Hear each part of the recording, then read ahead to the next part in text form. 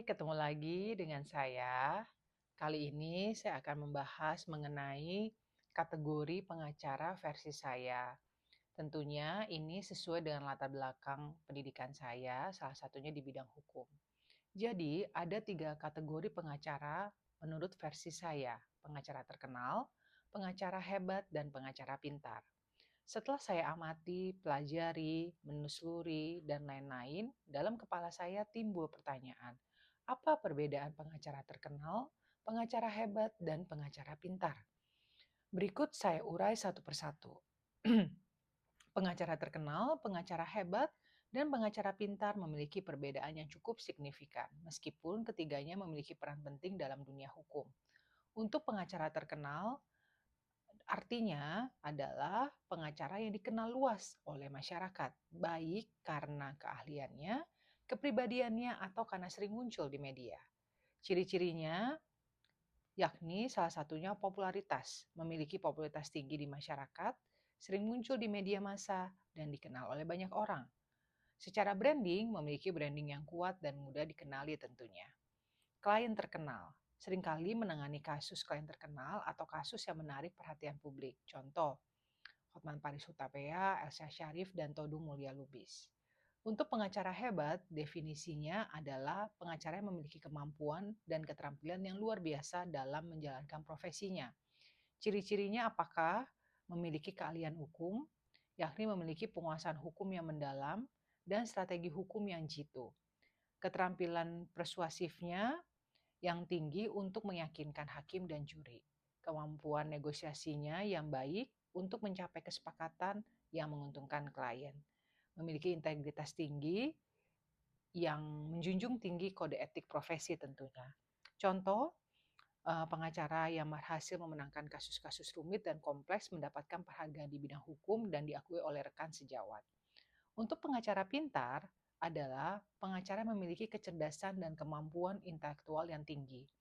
Ciri-cirinya adalah memiliki kemampuan analitis yang tajam untuk memahami kasus dan menemukan solusi hukum. Kemudian, memiliki juga kecerdasan logika yang tinggi untuk berpikir secara sistematis dan strategis. Memiliki juga kemampuan untuk beradaptasi yang baik untuk menghadapi situasi yang berubah-ubah.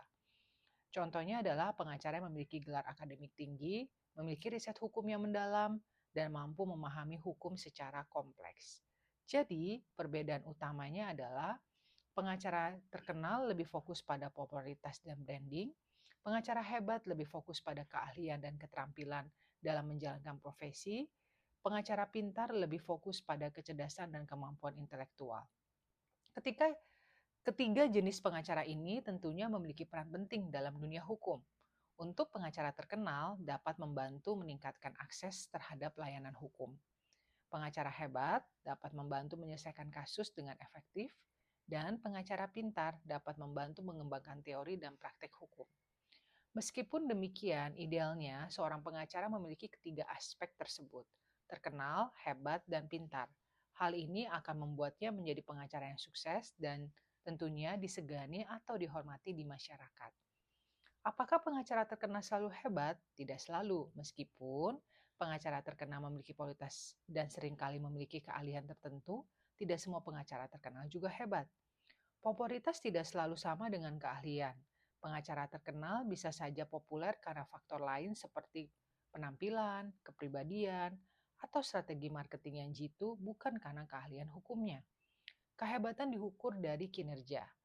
Seorang pengacara pastinya ditentukan oleh kinerja dan hasil yang dicapai dalam menangani kasus. Contoh, ada banyak pengacara terkenal memiliki reputasi buruk karena tidak profesional, tidak jujur, atau bahkan melakukan pelanggaran hukum.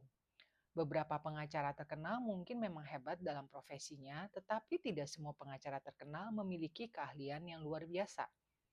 Untuk menentukan apakah seorang pengacara hebat, perhatikan faktor-faktor berikut. Yang pertama, apakah pengacara tersebut memiliki penguasaan hukum yang mendalam dan strategi hukum yang jitu. Kemudian, apakah pengacara tersebut memiliki kemampuan persuasif yang tinggi untuk meyakinkan hakim dan juri. Kemudian, apakah pengacara tersebut memiliki kemampuan bernegosiasi yang baik untuk mencapai kesepakatan yang menguntungkan klien? Kemudian juga bisa dilihat bagaimana integritas dari pengacara tersebut. Biasanya memiliki integritas yang tinggi dan menjunjung kode etik profesi. Penting untuk memiliki pengacara yang hebat bukan hanya terkenal. Kesimpulannya adalah pengacara terkenal tidak selalu hebat. Kehebatan seorang pengacara diukur dari kinerja dan hasil yang dicapai dalam menangani kasus. Demikian penjelasan dari saya. Sampai ketemu lagi.